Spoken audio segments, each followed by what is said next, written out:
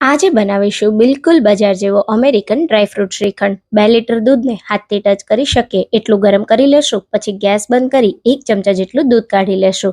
એમાં અડધી ચમચી દહીં મિક્સ કરી મેરવણ બનાવી લેશું। મેરવણને પહેલા ડબ્બામાં નીચે ઉમેરી દેશું, ત્યારબાદ દૂધ અને બાકીનું મેરવણ ઉમેરી મિક્સ કરી લેશું। હવે 3 થી 4 કલાક દહીંને સેટ થવા ગરમ જગ્યા પર રાખી દેશું। 3-4 કલાક પછી આપણું દહીં સારી રીતે સેટ થઈ ગયું છે, તો હવે આપણે દહીંમાંથી મસ્કો બનાવીશું। દહીંમાંથી મસ્કો બનાવવા આ રીતે કોટનના કપડામાં દહીં ઉમેરી દેશું અને એના ઉપર એક ડીશ રાખી આ રીતે વજન મૂકી દેશું। હવે આ દહીંને ફ્રીઝમાં રાખી દેશું, જેથી દહીંનું પાણી પણ અલગ થઈ જાય અને દહીં બિલકુલ ખાટું પણ ના થાય।